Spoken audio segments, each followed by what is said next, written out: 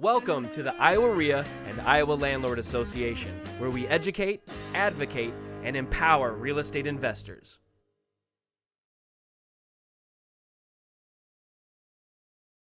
Again, I'm Cindy Axne, proud to be your 3rd District representative, and thank you so much for having me here today, and thank you, Andrew, for helping to coordinate this. I very much appreciate it. I've got a written speech here to give you a little bit of an update on what's happening from a perspective on my role in financial services, where I sit on the subcommittee that deals with housing. So I'm really excited to be able to review some of that with you all and to learn more about the work that you do, because I say the smartest people in the United States come from my district. And I get good ideas from subject matter experts like you that I can write into policy to make life better for people. So I'm thrilled to be here and to discuss those issues with you. But for those of you who don't know me very well, a quick update. I'm a 5th generation Iowan. I grew up on the south side of Des Moines before moving over to West Des Moines. Both of my parents are from farm families in southern Iowa. My mom grew up on a farm in Milo outside of Indianola. My parents met at a church picnic in Bauer, where a lot of folks back in the day met. I say they met on the district line, because that's about right where it is between me and District 2. But I'm really in this job because of those values, those good Iowa values that my parents taught me. I've got a couple of sisters, and they said, girls, make sure that you help your friends and your family, but also help strangers alike, because when everybody does well, then our community does well. And then they also taught us to be pretty tough, stand up for what's right. Might have been because my dad had no boys, he had girls, so I was changing a tire in 4th grade. I think I was splitting my first beer with him after I mowed an acre of land in 4th grade too. So he said, that's worth a third of a beer. So my sister and I and him got to split one. I'll never forget that day. I thought it was pretty big stuff. So, you know, I grew up with these hardworking values that I think we're also close to here in Iowa, and support of our communities to make sure that we get what we need. And whether it was standing up to fight for all-day kindergarten in West Des Moines when I found out half those kids lost a lottery and got an inferior education, or fighting against development through state parks because being outside and having opportunity for public lands is near and dear to me. I'm using those skills and that determination now out in Washington to make sure that we get the job done for the people here in Iowa. And Andrew briefly mentioned I spent about a decade in state government under Governors Vilsack, then Culver, then Branstad. I've worked in both Democratic and Republican administrations. I certainly understand you get things done by finding solutions that people can come to the table and support. And I'm taking that dogged determination out to Washington with me, understanding what it's like, having been there, to be able to get good things done in a divided government, and finding opportunities to put policy in place that will not only help you in the work that you all do, but help put more money in the pockets of folks that you help house. And we want to make sure that they've got opportunities. So I'm using all of that to make sure that I'm raising up the voice of all of us here in Iowa, out in D.C. Recently, I've been fond of saying I've got to be the voice of 10 representatives, because when California has almost 50, New York has 40, Florida, all these states have so much representation. I've got to be loud and proud about the state that we're from. And I was just reiterating to Terry and Andrew earlier, I think it's paying off. I was walking out of through the hallway the other day with Richie Neal, who's the chairman of Ways and Means Committee, who helped get the USMCA trade agreement through that I really worked hard on to make sure we could get that done this year. But he said to me, he goes, I don't think any state made out better when it comes to appropriations than Iowa.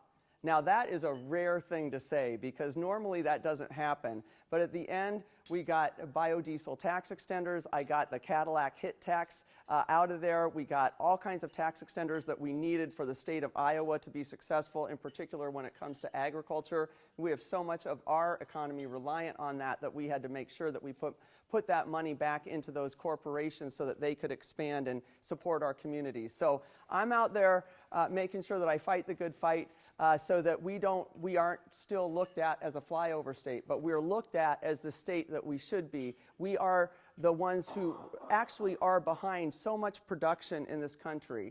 Every single ball bearing for a Ford Explorer is made in our district. I make sure that the folks in Detroit understand that, the relationship they have to communities like ours that are small towns. You know, these are the stories that I try and tell so that other folks get behind what we need in our state, because they really are reliant on us. From a small manufacturing standpoint and from an agriculture standpoint, we provide so much for this country, and yet nobody's really made sure that people understand that value so that we get what we need here in Iowa. And I'm going to stand up and fight for that every step of the way. So that's just a little bit about who I am, but I wanted to talk to you all about the concerns that you're facing. And so we all know there's a heck of a lot going on in Washington right now, and you might have a few questions about that. But I did want to take a moment just to talk about housing, because that's what we're here for. And it's one of the reasons why I wanted to serve on the Financial Services Committee. We haven't had an Iowan on financial services since Jim Leach, and that's been a heck of a long time for those of you who remember Jim. He was a good member. And we need representation. We have a huge insurance, obviously base here, as well as a burgeoning financial and technology sector. So I wanted to make sure that our voices are represented and other folks weren't making decisions about some of the biggest industries that we've got in our state. And so I'm thrilled to be able to sit on that, as well as agriculture, two of our most important committees to help the people in this district. So I've also sit on the subcommittee that deals with housing, so I actually have jurisdiction over some of the work and the decisions that are made for your business. I want to thank you all, and sorry I'm using notes, but I want to make sure I hit some of the topics that you're on. But I want to thank you for the role that you play in housing Iowans. I know that it's quite a job. We want to make sure that every single person and every child in this state has an opportunity for a good roof over their head, and I appreciate all the hard work that you do to make sure that there's housing for folks and that it is something that they can find dignity in. So I wanted to thank you for that. And I also want to give a special shout out. I know there's some folks in this room that have helped out after our devastating flood on the Missouri River. So thank you so much for helping our constituents in a time of need. This is when communities really need to pull together, so I appreciate those of you who have been involved in making sure that those folks could get a good roof over their head. I'm sure that most of you know that the process of getting funding after a natural disaster is really difficult. It's a very inefficient process. And has anybody in here dealt with the Community Development Block Grant disaster relief funding? No? Okay. Well, I wanted to let you know a little bit about that.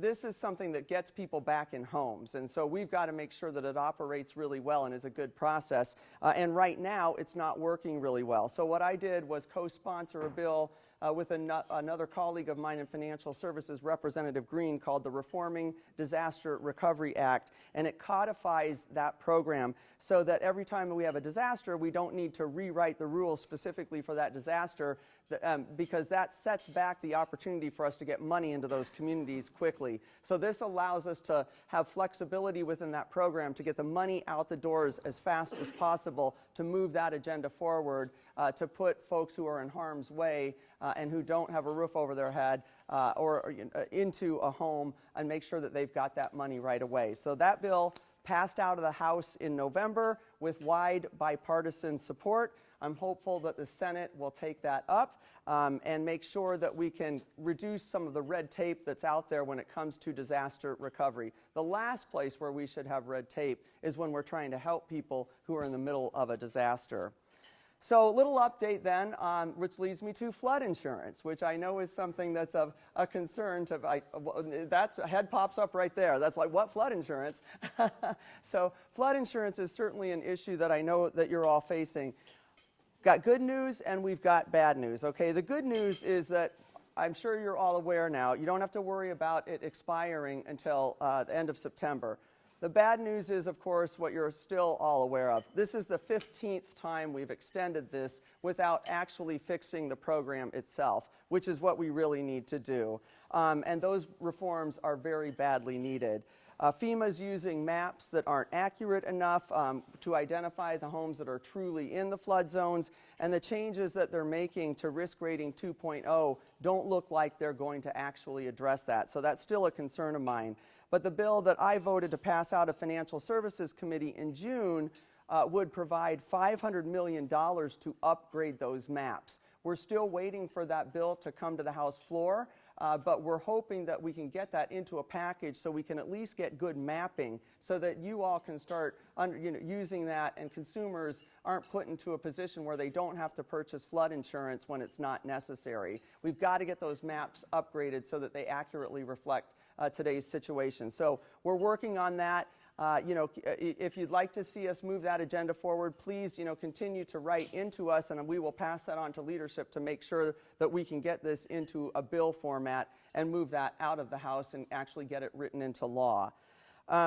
One thing I wanted to touch base with you all about as well is that I'm sure you've seen some of the stories about some of the rent increases in the manufactured housing communities. And as a matter of fact, it's been national news, and Iowa has been really recognized as a part of that because of Haven Park Capital, the equity firm that came in and purchased Midwest Country Estates in Waukee. And unfortunately, I think this is predatory. Came in and jacked up the rates as high as 70% for these folks. Listen, I want everybody in this room to fully understand, and I want to be very clear on this. I'm dealing with a few bad actors. I know there's great folks, great investors, great landlords. They're sitting in this room right now. There's a few bad actors, and what they do is make it difficult for the rest of those folks who are involved in this industry. They are such a bad actor that the Manufactured Housing Community Association just told them they could not be a part of the association because of how they're going in and treating folks. Not only are they jacking up the rent rates, and a lot of these people are living on fixed incomes. They have Social Security, that's it, and they don't know how they're going to afford these. But it broke my heart when I found out they had asked a family to get rid of their dog because the dog was too big, and their child had to get rid of a swing set because it wasn't good looking enough.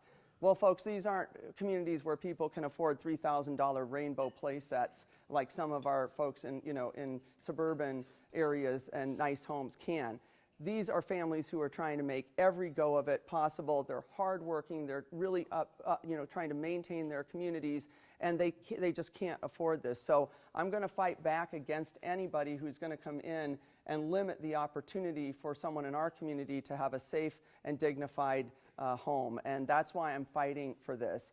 It's also a bill that I just presented that's going to be able to give you all an opportunity. It's called the Manufactured Housing Preservation Act, and what it does is provides grants for nonprofits, resident-owned groups, and other entities like all of you to buy, rehabilitate, and preserve manufactured housing communities to ensure that they remain at an affordable rent rate, but that is also at the right value of land as well.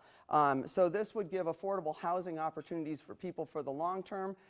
They could pool together and actually purchase their own community if they would like. That's probably a very big stretch for folks, but it does give opportunity for people like you to go in, make these types of purchases with a grant, and then continue to provide good affordable housing for people at a rate that gives you opportunity but also gives them opportunity as well. So that is in the process of our opportunity to provide affordable housing for Iowans.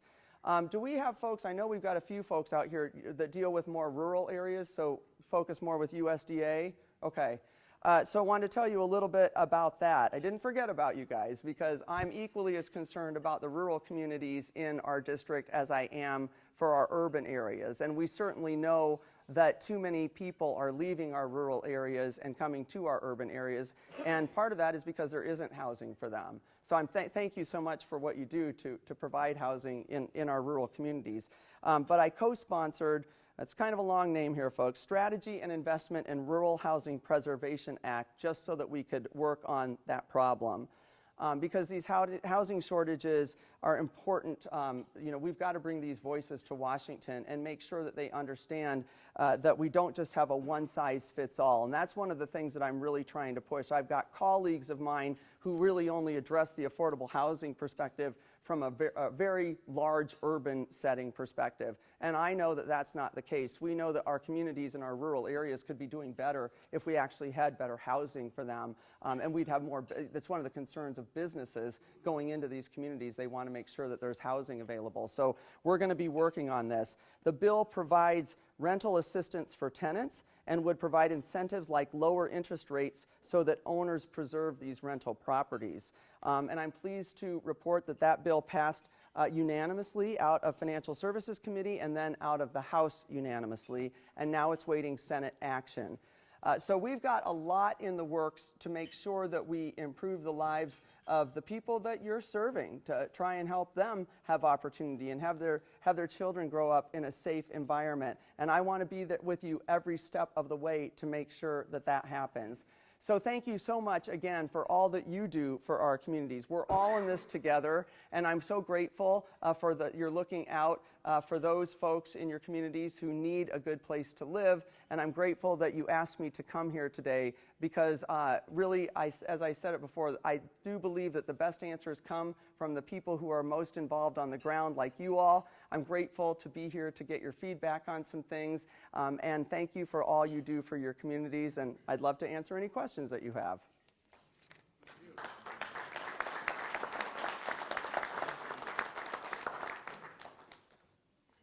Questions, or are you bogged down with all the yummy food that looks good? It's weighing you down.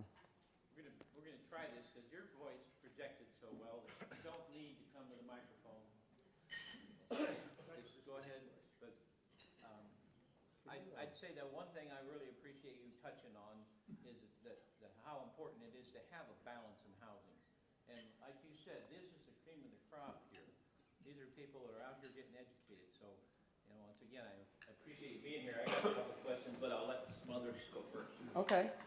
Yeah. The USMCA Act, how much of that bill is going to fund Iowa? What industry sectors is it going to help support? So the USMCA is a very good bill for Iowa. In particular, it's good for agriculture. It gives us certainty within the market. If we could have passed this bill earlier in this year, where it would have been at the best place to be, I would have, because it was really helpful to agriculture. But we needed to hold out for two reasons. For all of you in this room, from a pharmaceutical perspective, and also for our small manufacturers and labor. So the USMCA does multiple things.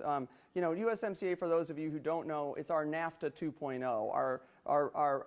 Our agreement with Canada and Mexico, our two largest trading partners, to understand how we're going to trade back and forth with them and level that playing field.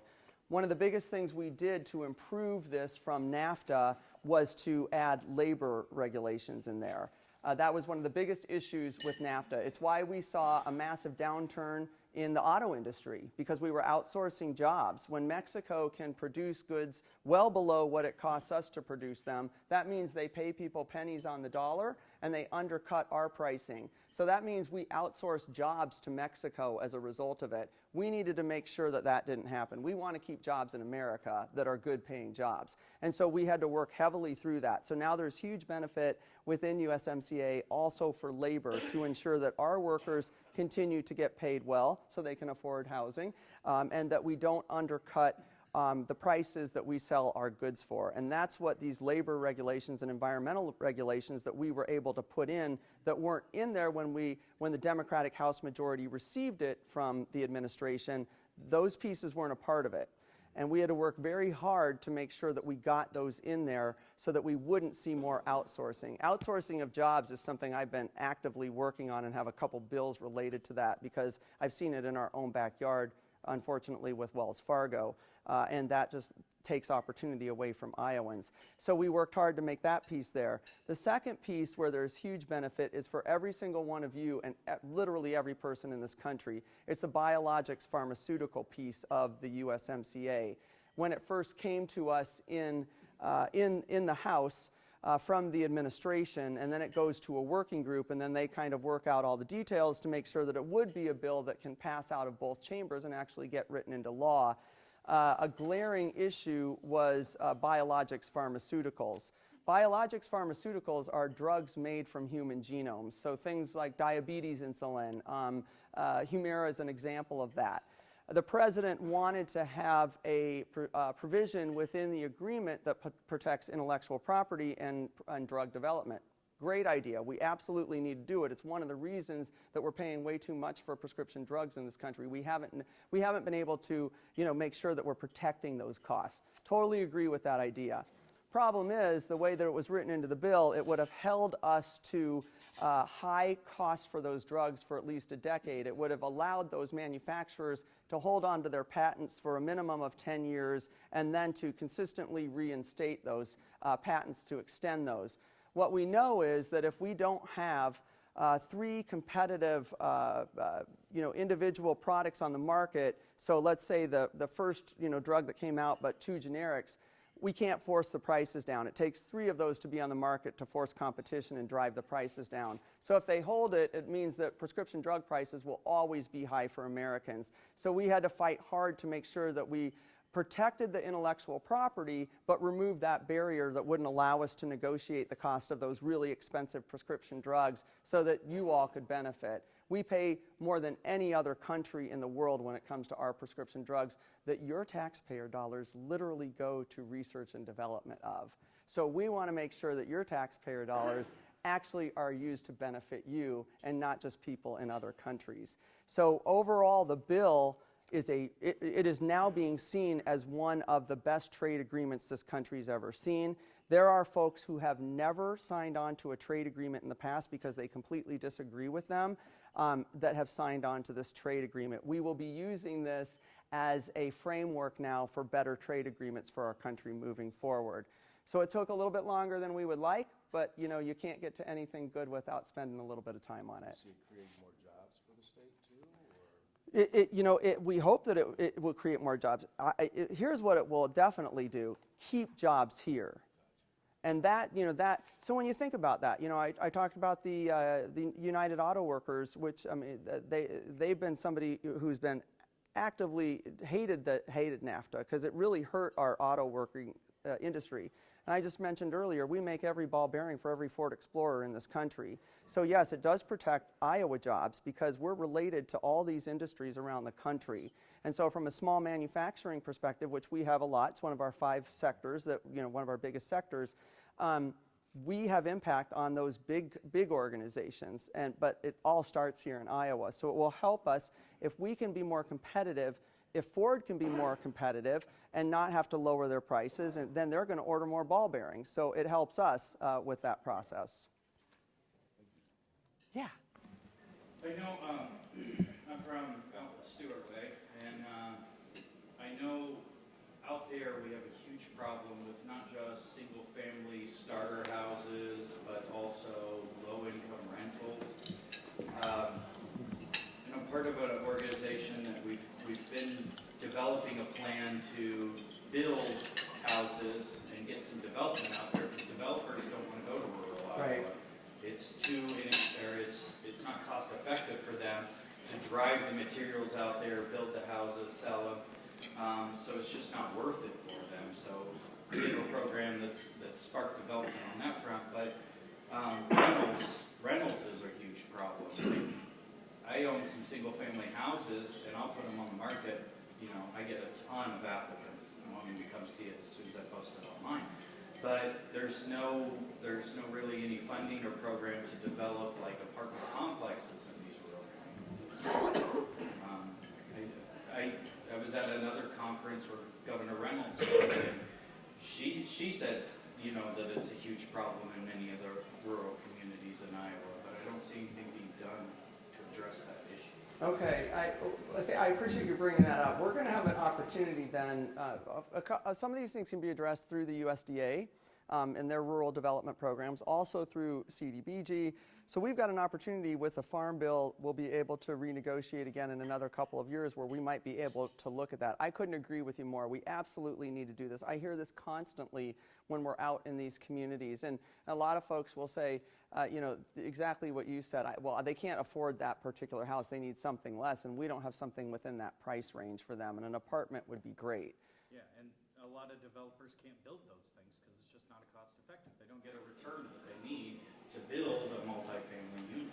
Yeah, and I think there's so many opportunities that we need to start working on. I think of places like Corning, Iowa, which is a really great example of we have we have a James Beard awarded chef restaurant there now in Corning.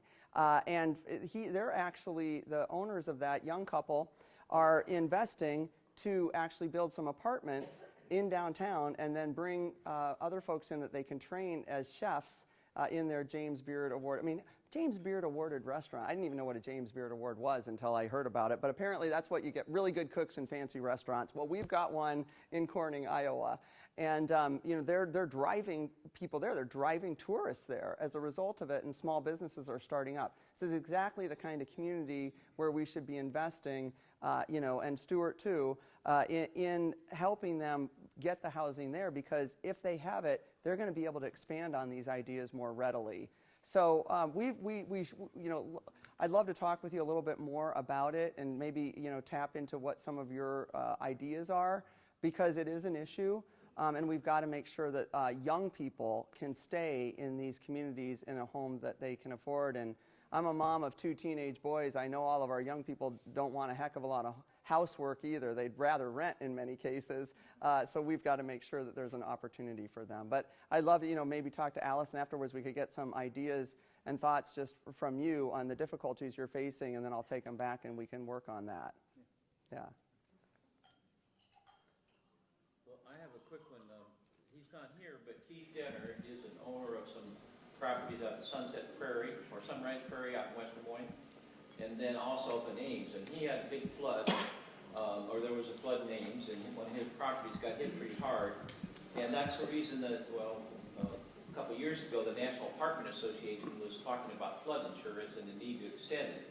And I was amazed at her when we used to meet occasionally. She'd have a fundraiser, a campaign event, and I'd come see her and to, you know, to support the campaign, but also to find out if she'll support us in our industry. And she greeted me one time and said, "Now your issue is on flood insurance, right?" And I hadn't seen her for a couple months. So I really appreciate you working hard for that, and I know Keith Denner does too, and I know the National Apartment Association does. This is a big deal, particularly if you get hit by a flood. And we had, what, $3 billion? I don't know if you mentioned that you helped raise $3 billion in funding for Western Iowa along the Missouri River. Did you talk about that? I did not talk about that. Thank you for bringing that up. And I you know, I'd love for if the gentleman who you're talking about, if he wants to reach out, because I do talk with the, you know, folks from the National Association for Apartment Living, whatever. I can't remember the exact name of it. You know better than I. Thank you. There's a lot of associations, and you know, we can work directly with them on this issue. But no, thank you. Listen, for those of you who haven't been really made aware of how devastating the floods have been along the Missouri River, it was life-threatening. Folks still aren't in their homes. Many have to be bought out because there's just no coming back from this. I worked very hard to make sure we got in the disaster bill. The disaster bill had actually been moving down the road. The disaster bill that we got into is the disaster bill for Puerto Rico and New Orleans and all these. So this is several years old, right? So the disaster bill was about ready to get signed. And folks were telling me, don't try and get Iowa in that because you're going to mess it up for a lot of other people who have been trying to move this agenda forward. I mean, it was a couple weeks. We were bringing it to the floor. And Iowa wasn't in there because we just had our disaster. I said, well, that's not happening because I'm not waiting to, you know, how long this took to make sure Iowa gets what they need. So I put my foot in the door and was able to secure $3 billion for that aid, which I'll thank you for bringing that up because it was $1.4 billion more than our senators were able to get on the Senate side. So I was thrilled about that. And in a world where we can't earmark money, I was able to get it directly associated to just Midwest floods. And so we got it, all that $3 billion to come to Nebraska, Iowa, and Missouri. Just for us. So I was thrilled with that. And then 2 other amendments I was able to pass through at the very end gave us almost another $1 billion. One for Fish and Wildlife Trust Fund, which helped us clear off, fix the riprap and debris in the rivers, and the other is the Highway Trust Fund, which helped us clear off the roads and give us an extra $500 million to do that. So I'm really, it's one of my I think it's my achievement, one of the things I'm most proud of, because you don't walk away. You usually don't get almost twice as much as senators are able to get. So I was really thrilled about that. We have a flood tracker right now because, unfortunately, the money's not coming out as quickly as I would like, which is one of the reasons why I was a co-sponsor of a bill to start getting rid of the red tape behind disaster recovery programs. And the one that we did for CDBG disaster relief grants, I'm going to be writing a very similar bill related to FEMA, USDA, SBA, all of these, because the business of the bureaucracy that they have within these systems when people are in need is unacceptable and is a horrible use of taxpayer dollars. It's very inefficient. While people have been sitting there waiting to get the funding that they need, communities have had to rally around them just to support them. These are folks who need the money right away. So we're going to cut through that.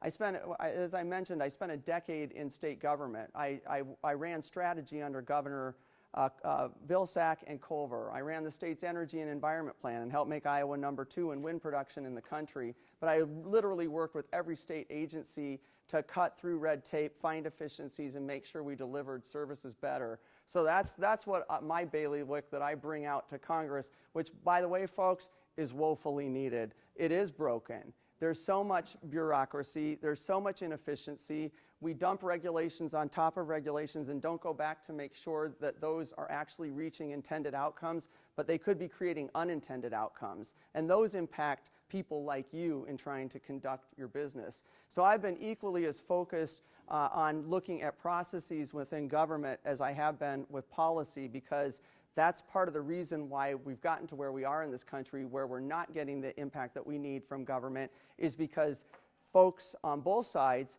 have manipulated systems for their advantage without making sure that it actually is the best way to conduct the business. And so we're done with that. And we've set up a modernization of Congress task force where we're really trying to fine-tune some of these inefficiencies and waste within the system so that we can actually spend time and resources addressing the issues that impact you and other constituents' lives. So for me, that's incredibly important. I look at government as a three-legged stool. You can put policy in place, but if you don't have the structures and the resources to support that policy, then you have a very difficult time reaching that outcome. It's just like you in all of your businesses. You have strategy to get to where you want to be. You put those pieces in place, and you know it's not just one piece. It's not just money. It's also resources. It's the people that you have that work for you. It's the policies that you have to follow and how much they impact you. You know it's a holistic piece for you to be successful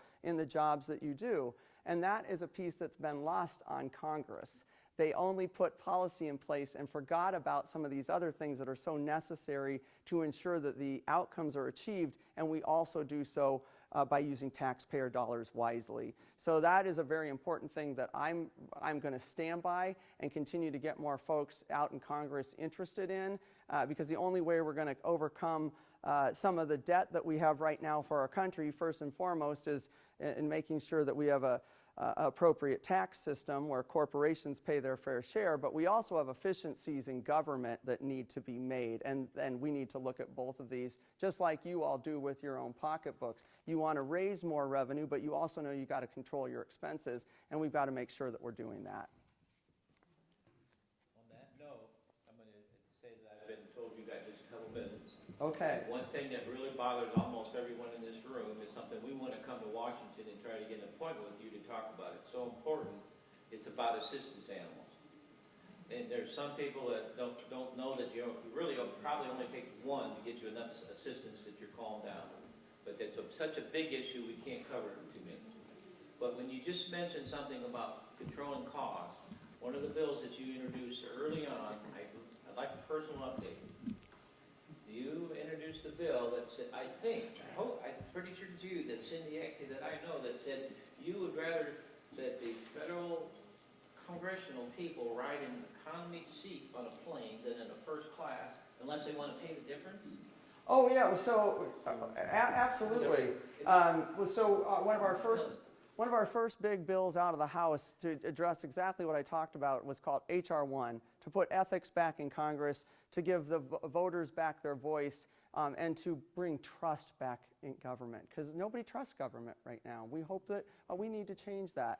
And so one of the amendments I wrote to that, by the way, that bill actually set up a system to address voter suppression and gerrymandering in this country, to make sure that states unlike ours, where we actually have a good system to make sure that it's a balanced approach and a fair voting process.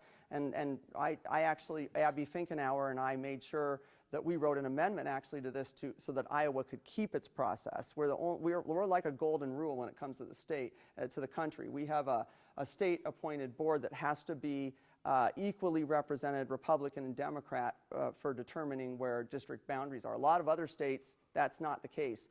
So that's part of H.R. 1, is that every voter has a voice, that we bring ethics back to Congress, and there's multiple pieces of that. But one of the amendments, as Andrew mentioned, one of mine was that there shouldn't even be first-class travel. Believe you me, I've gotten on a plane and walked past some of our state officials as they're sitting in first class, and I go back to business, or back to regular people's seats, and I think that's a terrible use of taxpayer dollar.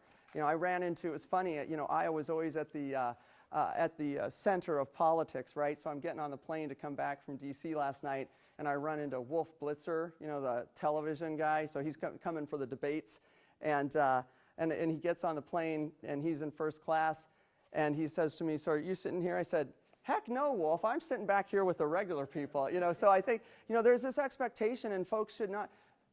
Your public leaders should never be using taxpayer dollars for luxury items in any way, shape, or form. Yeah.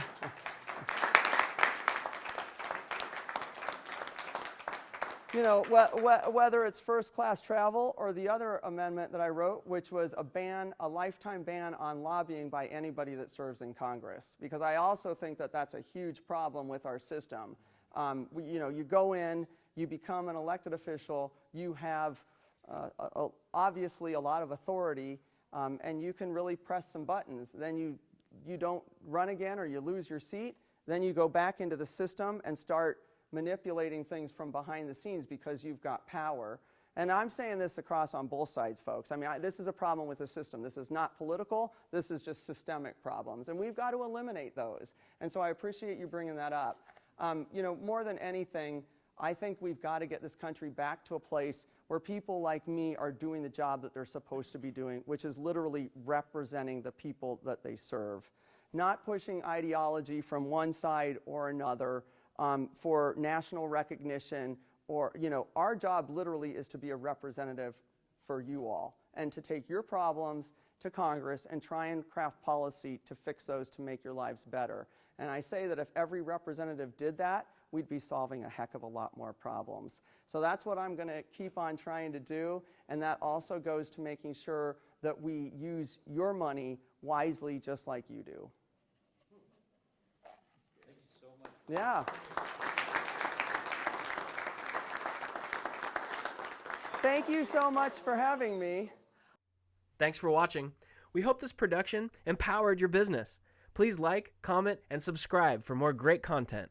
And don't forget to join us in person for powerful networking and priceless information at our next live event. For all event information, please go to our website.